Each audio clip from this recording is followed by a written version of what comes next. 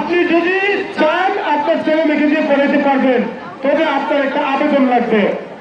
আপনার আবেদনের প্রেক্ষিতে অতিরিক্ত কাজটা চালু করা যাবে, আমি সেই অনুমোদন দেব। আপনারা যদি চান আমি 6 to 10 আমি অতিরিক্ত কাজ ইমিডিয়েটলি চালু করব। আপনারা এটা চান? অতিরিক্ত কাজ কে কে চান? হাত তুলে তো বিলম্বকে বলতেছি, সবাই চান? যদি অতিরিক্ত কাজ আপনারা চেয়ে থাকেন, আমি আপনাদেরকে আজকে এখান থেকে ডিক্লার দিলাম অতিরিক্ত কাজ চলবে।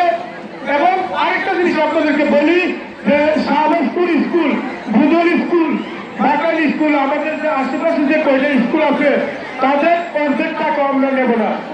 শাহবাজপুর স্কুল বর্তমানে 6 to 10 500 টাকা করে নিতেছে, আপনারা খবর নিয়ে নিতে পারেন। আমরা আলোচনা করেছি, আমরা সিদ্ধান্ত নিয়েছি যে অতিরিক্ত কাজ আমরা যদি করাই 67 200 টাকা, আর 8 to 9 300 টাকা। কি টাকা বেশি হয়ে গেছে? কমে যাবে তা কেউ কমানোর কথা বলে না। তাহলে আপনারা শুধু আবেদনটা পাঠাই দিবেন।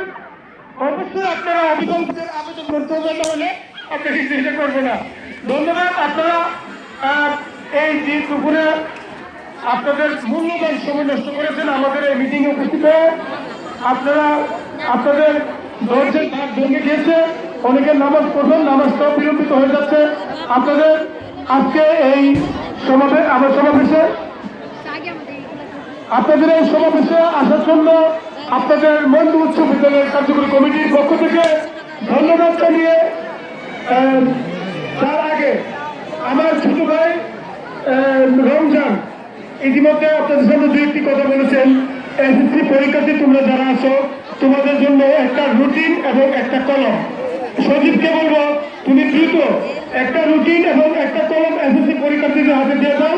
আর আপনাদের জন্য কিছু তাবারকের ব্যবস্থা আছে, যেহেতু একটা মিলাদ মাহফিল, তাবারকের কিছু ব্যবস্থা আছে, আপনারা অবশ্যই তাবারক নিয়ে যাবেন।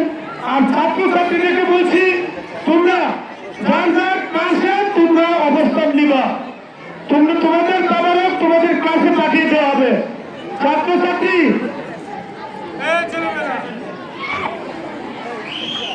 আমাদের